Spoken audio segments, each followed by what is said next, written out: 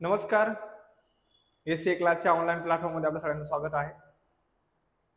आज आपण वर्ग 7वा क्लास 7चा सायन्सचा जो पहिला चॅप्टर आहे, ह्या ठिकाणी आपण जे बघू शकता, या ठिकाणी इंडेक्स आहे आपल्याकडे. ह्या ठिकाणी जो इंडेक्स आहे, ह्या ठिकाणी इंडेक्स मध्ये जो आपला फर्स्ट चॅप्टर आहे, फर्स्ट चॅप्टर क्लास 7 मधला जो फर्स्ट चॅप्टर ह्या ठिकाणी आहे आपला, त्याचं नाव आहे the living world, adaptation and classification. First chapter. First term मध्ये जवळपास आपल्याकडे ह्या वर्ग 7वी किंवा क्लास 7चा जर असेल सायन्सचे किती टोटल 20 चॅप्टर्स आहेत. किती आहेत? 20 चॅप्टर्स आहेत टोटल, स्टार्ट फ्रॉम 1 to 20. आपल्याला फर्स्ट टर्म मध्ये 10 चॅप्टर्स इथपर्यंत कव्हर करायचं आहे. फर्स्ट जी मिड टर्म हे होते किंवा जे आपलं फर्स्ट दिवाळीमध्ये जे एक्झाम होतात त्यामध्ये आपल्याला फक्त 10 नंबरच्या चॅप्टर पर्यंतच घ्यायचे, म्हणजे disaster management.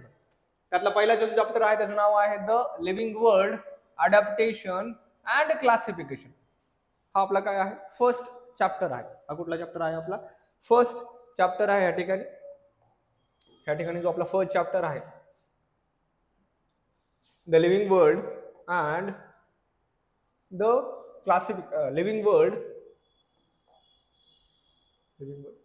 Living world and adaptation and classification, हा आपला फर्स्ट चॅप्टर आहे.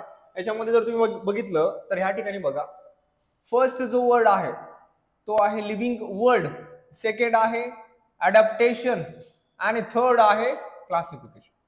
ओके, म्हणजे जर धड्याचं नाव जर बघितलं तर त्याच्यामध्ये आपल्याला 3 वर्ड जनरली बघायला मिळणार आहे. काय? लिव्हिंग वर्ल्ड, दुसरा आहे अडॅप्टेशन आणि तिसरा आहे क्लासिफिकेशन. आता जो फर्स्ट आहे the living world, living world म्हणजे काय नेमकं? लिव्हिंग वर्ल्ड आपण कशाला म्हणायचं? की जे ऑर्गॅनिझम्स किंवा डिफरंट म्हणजे अॅनिमल्स असतील, प्लांट्स असतील, जे अलाइव्ह आहेत, जिवंत आहेत, त्यांच्या संदर्भातलं जे वर्ल्ड आहे, that world is called as the living world. Those organisms, small organisms also there, animals is there, plants also is there, whole things are present on the earth are alive, called as the living world. त्यांना आपण काय म्हणतो? Living आहेत. जसं plants असतील, different टाइपचे animals असतील, यांना काय म्हणतो आपण? लिव्हिंग म्हणतो. यांना लिव्हिंगच का म्हणतो आपण? कारण की ते ह्या अर्थवरती अलाइव्ह आहेत, जिवंत आहेत. मग कुठलाही ऑर्गॅनिझम जेव्हा अर्थवरती त्याला आपण लिव्हिंग म्हणतो, त्याच्या मागे रिझन काय आहे? की living world means they are alive and they are made from the cell. कशापासून बनलेत? सेल पासून बनलेत. कशापासून बनलेत? सेल पासून बनलेले आहेत. Cell is the fundamental unit of the all living organism. जेवढे लिव्हिंग ऑर्गॅनिझम अर्थवरती प्रेझेंट असतील, all the living organisms are made from the cell. Cell पासून बनलेले आहेत. याच्या अगोदरच्या ज्यामध्ये तुम्ही सेलची डेफिनेशन ऐकली असेल की सेल कशाला म्हणायचं नेमकं? सेल म्हणजे हा फंडामेंटल युनिट आहे. हा काय आहे? फंडामेंटल युनिट आहे ऑल लिव्हिंग ऑर्गॅनिझमचा, ज्याच्यापासून लिव्हिंग ऑर्गॅनिझम तयार होतात, called as the cell. Cell is the basic or we can say that is the fundamental. कसं आहे? फंडामेंटल आहे. Fundamental unit of life. Fundamental unit of life याला आपण म्हणतो सेल. त्यामुळे जेवढी लिव्हिंग ऑर्गॅनिझम प्रेझेंट असतील अर्थवरती, सगळे कशापासून बनले आहेत? सेल पासून बनले आहेत. जर ते ऑर्गॅनिझम सेल पासून बनलेले असतील तर त्यांच्यामध्ये नेमकं अडॅप्टेशन काय झालं आहे? काय झालंय? अडॅप्टेशन. आता हा अडॅप्टेशनचा जो आपला पूर्ण चॅप्टर आहे तो एकाच टर्म वरती आहे, त्याचं नाव आहे अडॅप्टेशन. पूर्ण टर्म त्याच्यावरतीच आहे की अडॅप्टेशन म्हणजे काय, आणि ते कोणासोबत होत आहे? तर लिव्हिंग वर्ल्ड सोबत ते झालं आहे. म्हणजे लिव्हिंग ऑर्गॅनिझम सोबत काय झालंय? अडॅप्टेशन झालंय. त्या अडॅप्टेशन नंतर काय केलं? आम्ही क्लासिफिकेशन केलंय, किंवा आम्ही डायरेक्टली असं म्हणू शकतो की आम्ही लिव्हिंग ऑर्गॅनिझमला काय केलं आहे? क्लासिफाय केलं आहे, वेगवेगळ्या कॅटेगरीमध्ये त्यांना डिवाइड केलं आहे. ओके, हे झालं आपल्या चॅप्टरचं नावाप्रमाणे की लिव्हिंग वर्ल्ड, त्याचं अडॅप्टेशन, आणि मग आम्ही त्यांना काय केलं? क्लासिफाय केलं आहे डिफरंट टाइपच्या ऑर्गॅनिझम्सला, की ऑर्गॅनिझमची कॅटेगरीज बनवल्या आहेत त्यांच्या अडॅप्टेशन नुसार. आणि अडॅप्टेशन कोणी केलं आहे? तर लिव्हिंग जे प्रेझेंट आहेत अर्थवरती, त्यांनी स्वतःमध्ये काय केलंय? अडॅप्टेशन केलं आहे. तर अडॅप्टेशनचा जनरल अर्थ, जनरल जर आपण या ठिकाणी धरलं की जनरल अडॅप्टेशन कशाला म्हणायचं? तर चेंज आहे. काय आहे? चेंज. अडॅप्टेशनचा अर्थ काय? चेंज. मग यांनी यांच्या बॉडी पार्ट्स मध्ये काय केलं? ते चेंजेस केले. बॉडी पार्ट्स मध्ये काय केले? थोडेसे चेंजेस केले आहेत, जेणेकरून त्याला आपण काय म्हणतो? अडॅप्टेशन. आणि हे चेंजेस लगेचच्या लगेच झालेत का? याला थोडासा वेळ लागला आहे.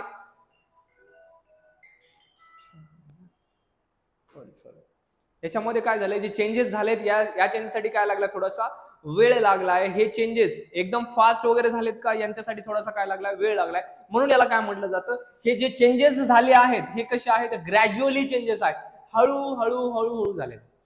एकदमच असा चेंज झालाय का, नाही झाला. तर अडॅप्टेशन मध्ये आपण म्हटलं की सर चेंज झालाय, कोणामध्ये चेंज झालाय, तर बॉडी पार्ट्स मध्ये झालाय. कोणाच्या बॉडी पार्ट्स मध्ये झालाय, तर लिव्हिंग ऑर्गॅनिझमच्या बॉडी पार्ट्स मध्ये झालाय. मग तो चेंज लगेच झालाय का, त्याला वेळ लागलाय. लगेचच्या लगेच तो चेंज झाला नाही, सेव्हरल ऑफ इयर्स लागले, मिलियन्स ऑफ इयर्स लागले हे चेंजेस त्यांच्यामध्ये घडून आणण्यासाठी. त्यामुळे अडॅप्टेशन फक्त सध्या जनरली तुम्ही लक्षात ठेवा की अडॅप्टेशन म्हणजे चेंज झालंय. कशामध्ये चेंज झाले, तर बॉडी पार्ट्स मध्ये चेंज झालंय. आणि कोणाच्या झालंय, तर ऑर्गॅनिझमच्या. दुसरा वर्ड जो आहे आपल्या या ठिकाणी हे आहे क्लासिफिकेशन. क्लासिफिकेशनचा अर्थ होतो, क्लासिफिकेशनचा अर्थ आपण बघितला तर क्लासिफिकेशनचा अर्थ आहे की वर्गीकरण करणे. मराठीमध्ये जर आपण म्हटलं की वर्गीकरण करणे. फॉर एक्झाम्पल आपल्याकडे आता समजा आपण 7th स्टँडर्डचे सगळे स्टुडंट आहेत, 7th स्टँडर्ड स्टुडंट मध्ये जवळपास 6 ते 7 विषय असतील वेगवेगळ्या प्रकारचे. हिस्ट्री असेल, जिओग्राफी किंवा मॅथ असेल, सायन्स असेल, आहे की नाही, डिफरंट टाईपची पुस्तकं आहेत. याचे पुन्हा वेगवेगळे प्रकारचे रेफरन्स बुक सुद्धा तुम्ही यूज करता. कोणी डायजेस्ट यूज करतो, कोणी गाईड यूज करतं ना. जर आपल्याकडे अशा प्रकारचे 100 पुस्तकं आहेत, किती पुस्तकं आहेत, 100. आणि ते कशी आहेत, रॅन्डम अरेंजमेंट आहे त्यांची. एक नुसतं आणून पप्पाने आपल्या आणून दिली आपल्याला 100 पुस्तकं, तुम्ही यूज करा तुमच्या सब्जेक्टसाठी. मग ते 100 पुस्तकामधनं आपण काय करणार आहोत, वेगवेगळे करणार ना. की माझ्याकडे समजा हिस्ट्री आहे तर हिस्ट्रीचे रेफरन्स बुक्स वेगळे ठेवील, रिसर्च टेक्स्ट बुक्स वेगळे ठेवील, त्या हिस्ट्रीच्या संदर्भात मला लागणाऱ्या ज्या गोष्टी आहेत त्या मी वेगळ्या ठेवेल, सायन्सच्या वेगळ्या ठेवेल, जिओग्राफीच्या वेगळ्या ठेवेल. ह्या पद्धतीला आपण काय म्हणतो, आम्ही क्लासिफिकेशन केलंय अकॉर्डिंग टू द कंटेंट. आमच्याकडे जो कंटेंट प्रेझेंट होता त्यानुसार आम्ही काय केलं आहे, यांना वर्गीकरण केलं आहे, सेपरेट केलं आहे, म्हणजे कॉलम्स बनवलेले आहेत अशा प्रकारचं, जसं त्याला आपण म्हणतो क्लासिफिकेशन. मग ह्या ठिकाणी क्लासिफिकेशन कोणाचं करायचं आहे, तर लिव्हिंग वर्ल्डचं करायचं आहे. लिव्हिंग वर्ल्डचं काय करायचं आहे, आम्हाला क्लासिफिकेशन करायचंय. कारण की ह्या लिव्हिंग वर्ल्ड मध्ये एकच ऑर्गॅनिझम प्रेझेंट असणार की several uncountable organisms are present on the earth. Earth वरती खूप सारे आहेत, वेगवेगळ्या प्रकारचे आहेत. फॉर एक्झाम्पल म्हणून ऑक्स घेतला, कॅट आहे, डिफरंट टाईपचे अॅनिमल्स आहेत, वेगवेगळे आहेत ना. मग सगळ्यांची जर मला स्टडी करायची असेल, सगळ्यांचा मला जर अभ्यास करायचा असेल, इंडिव्हिज्युअली सगळ्यांचा अभ्यास करणं हे पॉसिबल आहे का, नाही. इंडिव्हिज्युअली सगळ्यांचा अभ्यास करणं पॉसिबल नाहीये, कारण की स्पेसीज किंवा ऑर्गॅनिझम्स खूप सारे आहेत. इंडिव्हिज्युअली सगळ्यांना जर मी घेऊन सगळ्यांचा अभ्यास करत गेलो तर हे माझ्यासाठी काय नाहीये, पॉसिबल नाहीये. म्हणून ह्या लिव्हिंग वर्ल्डला, ह्या लिव्हिंग ऑर्गॅनिझमला मी काय केलं आहे, क्लासिफाय केलं आहे अकॉर्डिंग टू द कंटेंट. माझ्याकडे काय कंटेंट प्रेझेंट होता, तर माझ्याकडे लिव्हिंग वर्ल्ड होते. लिव्हिंग वर्ल्ड्स मध्ये ऑर्गॅनिझम्स होते आणि ते ऑर्गॅनिझम्स वेगवेगळ्या प्रकारचे होते, म्हणून त्यांना मी काय करणार आहे, क्लासिफिकेशन करणार आहे. तर हे झालं शॉर्ट मध्ये आपलं living world, adaptation and classification याच्या संदर्भातल्या गोष्टी. ओके, त्याच्या पुढे काय म्हणलं, लेट्स रिकॉल. काय म्हणतात, let's recall. In what different ways is the diversity in a living things scene. Diversity या ठिकाणी एक वर्ड आलाय परत, डायव्हर्सिटी. आता डायव्हर्सिटीचा अर्थ म्हणजे काय सर, डायव्हर्सिटीचा अर्थ होतो की विविधता. इन मराठी डायव्हर्सिटीचा अर्थ होतो की एकाच ठिकाणी वेगवेगळ्या प्रकारचे अॅनिमल्स सापडणं किंवा प्लांटच्या वेगवेगळ्या व्हरायटीज सापडणं, त्याला आपण काय म्हणतो, डायव्हर्सिटी. त्यामुळे आपली अर्थ ही मोठी काय आहे, डायव्हर्सिटी आहे. अर्थ वरती जे राहणारे जे ऑर्गॅनिझम्स आहेत हे काय शो करतात, डायव्हर्सिटी शो करतात. आता ही डायव्हर्सिटी शो करतात म्हणजे एकच अॅनिमल दुसऱ्यासारखा नाहीये किंवा दुसरा तिसऱ्यासारखा नाहीये, सगळे वेगवेगळे आहेत, डिफरंट आहेत का नाही. अॅनिमल्स वेगवेगळे आहेत. जर कॅट आहे वेगळ्या आहे, ऑक्स आहे वेगळा आहे, लॉयन वेगळा आहे, टायगर, हे सगळ्यांचं काय वेगवेगळे आहेत, त्यांचं स्ट्रक्चर वेगळं आहे. जर छोटे छोटे मायक्रो ऑर्गॅनिझम जर बघितले आपण तर ते वेगळे आहेत, व्हायरसेस आहेत, बॅक्टेरिया आहेत, अल्गी आहे, फंजाय आहेत ना वेगळे. प्लांटच्या संदर्भात काही प्लांट छोटे आहेत, काही शब्स आहेत, काही हर्ब्स आहेत, काही ट्रीज आहेत. फॉरेस्ट मध्ये मोठमोठ्या प्रकारचे ट्रीज असतात, छोटे छोटे, त्यांना आपण शब्स म्हणतो. काटेरी जे वनस्पती असतात छोट्या छोट्या, त्यांना आपण काय म्हणतो, शब्स. हर्ब्स म्हणजे ज्यांच्यापासून आपण मेडिसिनल यूज साठी यूज करू शकतो, त्यांना आपण हर्ब्स म्हणतो. आणि ट्रीज फॉरेस्ट मध्ये मोठमोठे सापडणारे वेगवेगळे आहेत ना. डायव्हर्सिटी आहे, डायव्हर्सिटीचा अर्थ आहे plants and animals are found on earth are having a different types of species. त्यांच्या स्पेसीज कशा आहेत, वेगवेगळ्या आहेत, खूप डिफरंट आहेत. ओके, यांना आपण काय म्हणायचं आहे, डायव्हर्सिटी म्हणायचं आहे. तर त्यांचं म्हणणं असं आहे की जी डायव्हर्सिटी आहे, what in a different way is the diversity in living things. Great diversity आहे ऑन द अर्थ. काय म्हटले पुढे? A great variety of plants found on the earth. Great variety, मी तुम्हाला काय म्हणतो, डिफरंट टाइपच्या species, different types of varieties are of plants found in on the earth. प्लांटच्या डिफरंट व्हरायटीज आहेत. प्लांटच्या काय आहेत? डिफरंट. जसं मी हर्ब शब्स ट्रीज सांगितले, सगळे कशा कुठल्या कॅटेगरीमध्ये येतात? प्लांट्स मध्येच येतात. पण कशा आहेत? काही हर्ब्स, काही शब्स, काही ट्रीज आहेत. काही क्रीपर्स आहेत.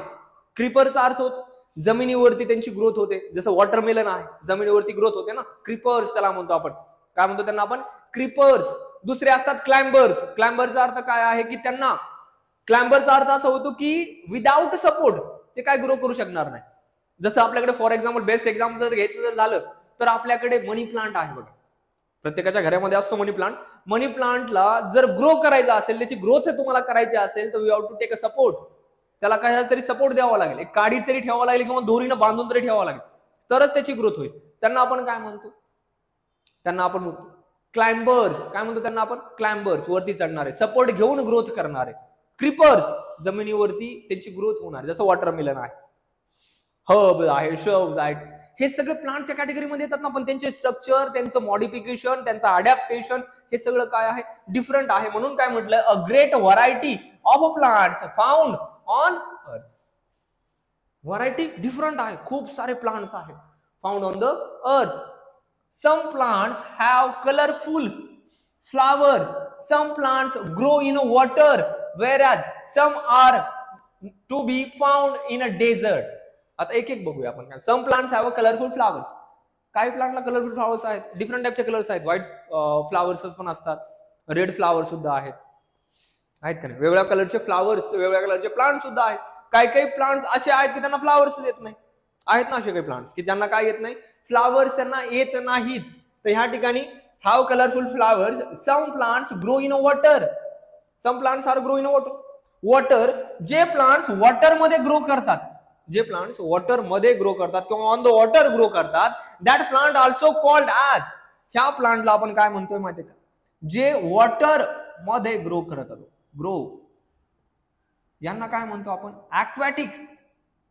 काय म्हणतो त्यांना आपण? Aquatic plant. काय म्हणतो त्यांना आपण? Aquatic plant. ॲक्वॅटिक प्लांट म्हणजे असे प्लांट की जे प्लांट मध्ये ग्रो करतात on the surface of that water also can grow. त्या वॉटरच्या सरफेसवर सुद्धा ग्रो करू शकतात, पाण्याच्या आतमध्ये सुद्धा ग्रो करू शकतात. फॉर एक्झाम्पल, आपल्याकडे बेस्ट एक्झाम्पल आहे लोटस. आहे का नाही? लोटस ग्रो कशावर करतं? वॉटरवरती. त्यामुळे some plants have do not, some plants have a colourful flower. Some plants have do not have any flowers. Some plants are grow in water called as aquatic plants. आता एक आपल्याला माहित झालं की जे पाण्यामध्ये ग्रो करतात सर, त्यांना आम्ही काय म्हणतोय? ॲक्वॅटिक म्हणतोय. काय म्हणतो त्यांना? ॲक्वॅटिक प्लांट, जे पाण्यामध्ये ग्रो करतात. Okay. whereas some are to be found on a desert. काही प्लांट डेझर्ट मध्ये सुद्धा सापडतात. आला डेझर्ट, लक्ष द्या, याला काय म्हणतो आपण? डेझर्ट. काय म्हणायचंय? Desert. Okay, desert. You know that the desert. Desert मध्ये मराठीमध्ये आपण त्याला वाळवंट. ज्या ठिकाणी पाण्याची खूप कमतरता आहे. There is also the scarcity of water. त्यांनी काय म्हटलंय? Scarcity of water. अशा ठिकाणी कुठं? डेझर्ट मध्ये पाण्याची खूप कमतरता आहे. पाण्याची कशी आहे? खूप कमतरता आहे. अशा ठिकाणी सुद्धा आम्हाला प्लांट सापडतात. पण त्या प्लांटचं अडॅप्टेशन वेगळं आहे.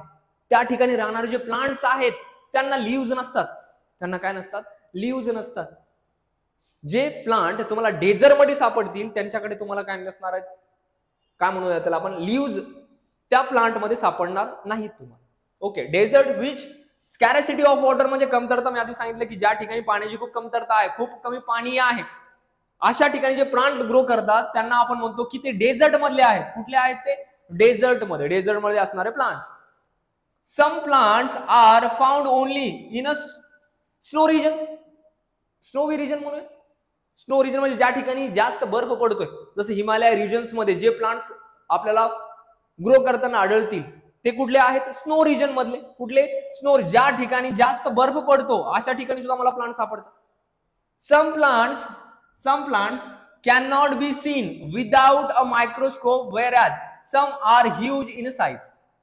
म्हणजे काही प्लांट्स काही plants, some plants cannot be seen without microscope. What is microscope? Microscope is the device. Microscope is the device to see the object which are very minute. असे ऑब्जेक्ट की जे आपल्या उघड्या डोळ्याने आपण त्यांना बघू शकत नाही, अशा ऑर्गॅनिझमला बघण्यासाठी जे डिव्हाइस यूज केलं जातं त्या डिव्हाइसला आपण काय म्हणतोय? मायक्रोस्कोप. काय म्हणायचं त्याला? मायक्रोस्कोप. ह्या ठिकाणी जो वर्ड आहे मायक्रोस्कोप इज देअर. मायक्रोस्कोप सुद्धा किती प्रकारचे असतात? 3 प्रकारचे असतात मायक्रोस्कोप.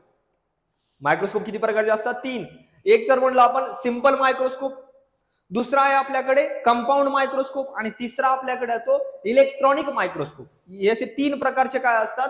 मायक्रोस्कोप असतात. And they are varies to size of the organism. Organism जर खूपच छोटा आहे, खूप मायन्यूट आहे, we can not see with our naked eyes, we can not see with also simple microscope, or we can not see with a compound microscope. For that we have to use the electronic microscope. त्यासाठी आपण काय use करायला पाहिजे?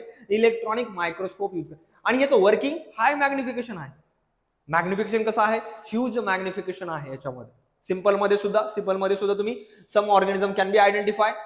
Compound मध्ये सुद्धा you can identify the smallest also organism, and electronic also we can identify the smallest organisms. तर microscope खाली सुद्धा दिसणारे प्लांट सुद्धा आहेत, ऑर्गॅनिझम सुद्धा आहेत. ते आपल्या उघड्या डोळ्याने आपल्याला दिसत नाहीत, पण ते मायक्रोस्कोपली प्रेझेंट आहेत. वेअरॅज सम आर ह्यूज. काही काही तर खूप मोठे आहेत. फॉरेस्ट मध्ये टॉल, एकदम टॉल ट्री असतात, एकदम टॉल. Huge in size. काय काही ह्यूज इन साइज असतात. Banana tree huge in size. Banana ट्रीची साइज बघितली तर, ट्रंकची साइज बघितली तर केवढी मोठी आहे, huge. Like plants, animals to show diversity, some are unicellular, other are multicellular. Organism कसे आहेत? युनिसेल्युलर आहेत. कसे आहेत? युनिसेल्युलर. कसे आहेत बघा, युनिसेल्युलर. ह्या वर्ड मध्ये जर आपण एवढाच क्लिअर केला भाग तर फक्त काय दिसेल आपल्याला? CELL ह्या ठिकाणी घेतले बघा, घेतले का नाही? CELL. सेल ह्या ठिकाणी हा छोटासा दिसतो बघा, सेल. त्याच्या आधी लिहिले युनी आणि त्यानंतर सेल्युलर. युनिसेल्युलर. युनीचा अर्थ होतो सिंगल. युनीचा अर्थ काय ह्या ठिकाणी? युनीचा अर्थ आहे सिंगल. मग सिंगल काय आहे? तर सिंगल सेल आहे त्यांच्याकडे काय आहे? सिंगल सेल आहे त्यांच्याकडे. काय आहे? सिंगल सेल आहे. म्हणून त्या ऑर्गॅनिझम आम्ही काय म्हणतो? युनिसेल्युलर. आधीच मी तुम्हाला काय सांगितलं की ऑल लिव्हिंग ऑर्गॅनिझम, जेवढे ऑर्गॅनिझम्स प्रेझेंट असतील अर्थवरती, each and every organism, each and every plants are made from the cell. बनलेत कशापासनं? सेल पासनं बनलेत. मग त्या सेल पासनं आम्ही कॅटेगराइज केलं आहे. आम्ही काय केलंय? कॅटेगराइज केलं आहे की ज्यांच्याकडे एक सेल आहे we can called as the unicellular. ज्यांच्याकडे फक्त एकच सेल आहे त्यांना आम्ही काय म्हणणार आहे? युनिसेल्युलर म्हणणार आहे. पुढचा वर्ड जो ह्या ठिकाणी आहे मल्टी सेल्युलर. कुठला वर्ड आहे? इथं पण सेल आहे. ओके. ह्या ठिकाणी जर म्हटलं तर मल्टी सेल्युलरचा अर्थ होतो की एकापेक्षा जास्त सेल आहेत त्यांच्याकडे. एकापेक्षा कशा आहेत? जास्त सेल आहेत. एकच नाही, एकापेक्षा कशा आहेत? जास्त सेल आहेत. त्यांना आपण काय म्हणतो? Multi cellular. काय म्हणतो त्यांना आपण? Multi cellular. कारण की त्यांच्याकडे एकापेक्षा जास्त सेल आहेत म्हणून त्यांना आम्ही काय म्हटलं आहे? मल्टी सेल्युलर म्हटलं आहे. ज्यांच्याकडे एकच सेल आहे त्यांना आम्ही काय म्हटलं आहे? युनिसेल्युलर आहे. मग आम्ही हे युनिसेल्युलर, मल्टी सेल्युलर हे कोणासाठी वापरतोय? लिव्हिंग ऑर्गॅनिझमसाठी किंवा लिव्हिंग वर्ल्डसाठी. लिव्हिंग वर्ल्ड मध्ये जे असणारे ऑर्गॅनिझम्स आहेत, प्लांट्स आहेत, plants also can be plants also, animals also unicellular. Multi cellular is animals multicellular असू शकतात, युनिसेल्युलर असू शकतात. तर त्यावर आम्ही कॅटेगराइज केलं आहे. एक आमच्याकडे युनिसेल्युलर आहे, दुसरे मल्टी सेल्युलर आहेत. Some are vertebrates whereas other are invertebrates. दोन वर्ड परत महत्वाचे आपल्या या ठिकाणी. एक आहे इनव्हर्टिब्रेट्स आणि दुसरे आहेत वर्टिब्रेट्स. वर्टिब्रेट्स आणि दुसरे आहेत इनव्हर्टिब्रेट्स. आता सर याचा अर्थ काय? हे दोन वर्ड्स जरा थोडेसे डिफरंट वाटतात. Unicellular, multicellular we can understand की एक सेल आहे, दोन सेल आहे, दोन पेक्षा जास्त सेल आहे, we can understand unicellular, multicellular. पण आता हे वर्टिब्रेट्स अँड इनव्हर्टिब्रेट्स, आता परत हे नवीन काय आहे? आता वर्टिब्रेटचा अर्थ होतो, वर्टिब्रेट जर आपण बघितलं, वर्टिब्रेटचा अर्थ होतो की ज्यांच्याकडे बॅकबोन आहे. त्यांच्याकडे काय आहे, बॅकबोन आहे. They have a backbone. Backbone म्हणजे काय मराठीमध्ये, पाठीचा कणा. Backbone, backbone called as the vertebrates. ज्यांच्याकडे बॅकबोन आहे असे ऑर्गॅनिझम, ज्यांच्याकडे काय आहे, बॅकबोन आहे, अशा ऑर्गॅनिझम आपण काय म्हणतो, व्हर्टिब्रेट्स म्हणतो. काय म्हणतो त्यांना, vertebrates, because they have a backbone as like a human. Human also in a category of vertebrates because they have a backbone. त्यांच्याकडे पाठीचा कणा आहे ना, म्हणून त्यांना काय म्हणणार आपण, व्हर्टिब्रेट्स म्हणणार. काय म्हणणार, vertebrates, because they have a backbone in their structure. त्यांच्या स्ट्रक्चर मध्ये, त्यांच्या बॉडी पार्ट्स मध्ये आम्हाला बॅकबोन बघायला मिळतो, म्हणून त्यांना आम्ही काय म्हणतो, व्हर्टिब्रेट्स म्हणतो. दुसरा वर्ड्स आहे आपल्याकडे याच्या अपोजिट. व्हर्टिब्रेट्स आहे, इकडे काय आहे, इनव्हर्टिब्रेट्स आहे. आता इनव्हर्टिब्रेट्स म्हणजे याच्या अपोजिट. याचा अर्थ इनव्हर्टिब्रेट्स जे ऑर्गॅनिझम्स असतील त्यांना बॅकबोन आहे का, नाही. They do not have a backbone. ज्यांच्याकडे बॅकबोन नाहीये, पाठीचा कणा ज्यांच्याकडे नाहीये, त्यांना आपण काय म्हणणार आहे, इनव्हर्टिब्रेट्स. काय म्हणणार आहे त्यांना, इनव्हर्टिब्रेट्स. दोघांमध्ये डिफरन्स लक्षात आला. व्हर्टिब्रेट्स कशाला म्हणायचं, इनव्हर्टिब्रेट्स कशाला म्हणायचं. Vertebrates they have a backbone, invertebrates they do not have the backbone. त्यांच्याकडे काय नाहीये, बॅकबोन नाहीये. अशाच तुम्हाला व्हर्टिब्रेट्स आणि इनव्हर्टिब्रेट्स. दुसरं मल्टीसेल्युलर, युनिसेल्युलर, हे लक्षात ठेवणं गरजेचं आहे. Because they are very important definitions, are classified or are mention in your first chapter. तुमच्या फर्स्ट चॅप्टर मध्येच ह्या सगळ्या गोष्टी मेन्शन केल्या आहेत. याचा अर्थ हा जो तुमचा चॅप्टर हा बेसिक गोष्टी शिकण्याचा आहे, की बेसिक काय आहे, सेल काय आहे. सेल पासूनच जर लिव्हिंग वर्ल्ड तयार झाला असेल तर मग सेल पासून जे ऑर्गॅनिझम झालेत ते युनिसेल्युलर आहेत का मल्टीसेल्युलर आहेत, तर ते युनिसेल्युलर पण आहेत, मल्टीसेल्युलर पण आहेत. युनि सिंगल सेल, मल्टी एक पेक्षा जास्त सेल. मग काही ऑर्गॅनिझम्स कसे आहेत, व्हर्टिब्रेट्स आहेत, काही इनव्हर्टिब्रेट्स आहेत. बॅकबोन ज्यांच्याकडे आहे ते व्हर्टिब्रेट्स, ज्यांच्याकडे नाहीये ते invertebrates. Okay. This world is a full of variety of animals, aquatic, terrestrial, amphibians, reptiles, aerial, etc. This world is a full of variety. म्हणजे ह्या वर्ल्ड मध्ये फुल ऑफ व्हरायटी ऑफ एनिमल्स आहेत.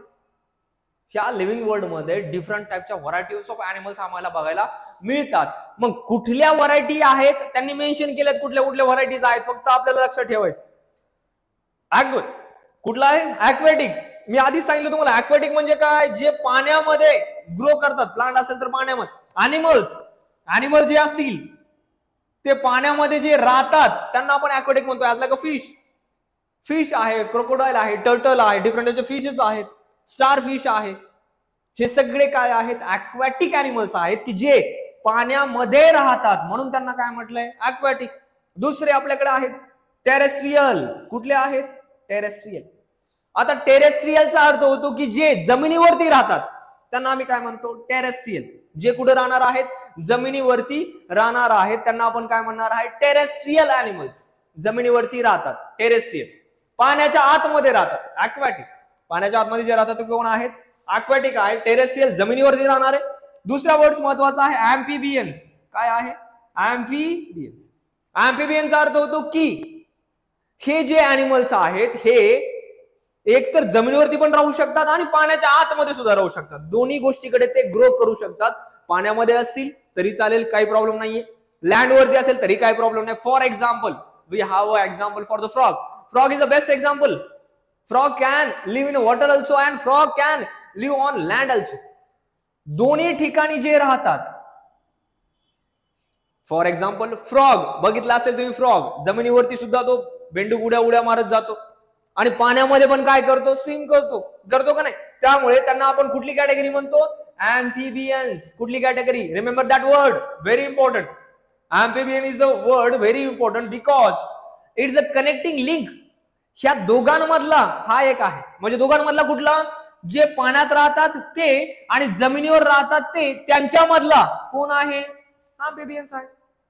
दोन्हीकडे पण राहू शकतो, पाण्यात सुद्धा आणि पाण्याच्या वर जर जमिनीवर आला तरी सुद्धा. त्यांना काय म्हणणार आपण, ॲम्फिबियन्स. रेप्टिलियनचा अर्थ किंवा रेप्टाइल्स म्हणतो आपण त्यांना. काय, रेप्टाइल्स म्हणजे सरपटणारे, जमिनीवरती स्क्रोल करत जाणारे, त्यांना म्हणतो आपण रेप्टाइल्स. स्क्रोल करत जाणार आहे त्यांना काय म्हणणार आपण, reptiles. For example snake also the reptiles, lizard also the reptiles, house lizard also the reptiles, monitor lizard also the reptiles. Monitor lizard म्हणजे जे जंगलामध्ये सापडणारी जी लिझार्ड आहे ती सुद्धा कशी आहे, रेप्टाइल्स आहे, म्हणजे सरपटणारी आहे जमिनीवर. नंतर आहेत आपल्याकडे एरियल. कुठले आहेत, एरियल. एरियलचा अर्थ होतो की हे कुठं काय फ्लाय करणार आहेत, fly in the air. Air मध्ये काय करू शकतात, जे फ्लाय करू शकतात. For example bird. Bird is the best example for the aerial. Aerial animals किंवा एरियल ऑर्गॅनिझम्स मध्ये जर आपण बघत असेल तर आपल्याकडे बर्ड सगळ्यात महत्वाचा आहे. With the best example aerial म्हणजे हवेमध्ये उडणारे, called as the aerial organism. For example bird is there. म्हणजे आपण आपल्या या लिव्हिंग वर्ल्ड मध्ये डिफरंट टाईपचे ऑर्गॅनिझम्स बघतो. वेगवेगळ्या प्रकारचं त्यांचं कॅरेक्टर आहे. कुणी पाण्यात राहतात, कुणी पाण्याच्या वर राहतात, कुणी जमिनीवरती सरपटणारे आहेत, कुणी हवेत उडणारे आहेत. डिफरंट टाईपचे आहेत की नाही animals. Variety of the animals are found on the earth. मग ही सगळी व्हरायटी यालाच आपण काय म्हणतो, बायोडायव्हर्सिटी. डायव्हर्सिटी आहे. आणि कशी आहे, बायोडायव्हर्सिटी म्हणजे लिव्हिंग. बायोचा अर्थ होतो लिव्हिंग. बायोडायव्हर्सिटी आहे किंवा डायव्हर्सिटी आहे. कारण की आम्ही जे ऑर्गॅनिझम्स बघतो, आम्ही जे अॅनिमल्स बघतो, काही पाण्यात राहतात, काही पाण्याच्या वर राहतात, काही सरपटतात, काही हवेमध्ये उडतात. These observation give rise to the question, how did these great diversity come into the being? म्हणजे जर कोणी पाण्यात राहत असेल, पाण्याच्या वर राहत असेल, सरपटणारे असतील, हवेत उडणारे असतील, मग ही ग्रेट डायव्हर्सिटी आहे. कशी आहे, ग्रेट डायव्हर्सिटी आहे. तर ही ग्रेट डायव्हर्सिटी नेमकी स्टार्ट कुठनं झाली आहे, नेमके हे ऑर्गॅनिझम्स आलेत तरी कुठनं, यांनी आपल्या याच्यामध्ये काय चेंजेस तर नाही ना केले, हा क्वेश्चन. की ह्या अर्थ वरती एवढी डायव्हर्सिटी, विविधता, वेगवेगळ्या प्रकारचे ऑर्गॅनिझम्स कसे फॉर्म झाले किंवा त्यांनी काय केलं आहे नेमकं, ह्या चॅप्टर मध्ये बघायचं. जर तो ॲक्वॅटिक असेल, म्हणजे जर तो पाण्यात राहत असेल तर त्याच्याकडे काय वेगवेगळ्या प्रकारचे कॅरेक्टर आहेत बाबा, की त्याला ते डिफरंट बनवतात. कशापासून वेगळं बनवतात, की जमिनीवर राहणाऱ्यापासून वेगळं बनवतात. जमिनीवर राहणाऱ्याचं कॅरेक्टर वेगळं असू शकतं. ॲक्वॅटिक म्हणजे पाण्यात राहणाऱ्याचं कॅरेक्टर वेगळं असू शकतं. त्यांच्या बॉडीचं स्ट्रक्चर वेगळं असू शकतं. फॉर एक्झाम्पल एरियल जर बघितले, जे हवेत उडणारे आहेत, त्यांचं पण स्ट्रक्चर वेगळं आहे. आपण बघतो ना की त्यांचं स्ट्रक्चर कसं आहे, वेगळं आहे. मग त्यांचं हे स्ट्रक्चर झालं कसं, त्यांनी स्वतःमध्ये काय चेंजेस तर नाही केले, नेमकं काय झालं आहे हे आपल्याला बघायचं आहे. आणि नेमकं तेच कारण आहे कशासाठी, डायव्हर्सिटीसाठी. ग्रेट डायव्हर्सिटी या ठिकाणी म्हटलंय त्यांनी की कशी ग्रेट डायव्हर्सिटी आहे, असणारच ना. काही व्हर्टिब्रेट्स आहेत, काही इनव्हर्टिब्रेट्स आहेत, काही युनिसेल्युलर आहेत, काही मल्टीसेल्युलर आहेत, काही aquatic, terrestrial, amphibians, reptiles, aerial, हे सगळे ऑर्गॅनिझम्स आहेत. मग ही सगळी डायव्हर्सिटी झाली. ग्रेट डायव्हर्सिटी नेमकं झालं काय, यांच्यामध्ये कुठल्या प्रकारचे चेंजेस झाले आहेत किंवा यांच्यामध्ये काय मॉडिफिकेशन झाले आहेत, ज्यामुळे काही ॲक्वॅटिक पाण्यात राहतात, काही जमिनीच्या वर राहतात, काही सरपटतात, काही हवेत उडतात. हे आपल्याला ह्या पाठामध्ये बघायचं किंवा हे लेक्चर मध्ये किंवा ह्या चॅप्टर मध्ये बघायचं, की चॅप्टरचं नाव आहे living world adaptation and classification. Okay, आता हे काय झालं आहे, काय चेंजेस झालेत, कुणाचे कॅरेक्टर कसे आहेत, हे आपण नेक्स्ट लेक्चर मध्ये सांगणार आहोत. की नेमकं काय याच्या पुढचा जो भाग आहे आपण कंडक्ट करणार आहे नेक्स्ट लेक्चर मध्ये. Hope you understand all the concepts are related in the first chapter, first page. माझी आशा आहे की तुम्हाला हे बऱ्यापैकी समजलं असेल. जे काय असेल ते आपण पुढच्या लेक्चर मध्ये कंडक्ट करू. Okay, thank you.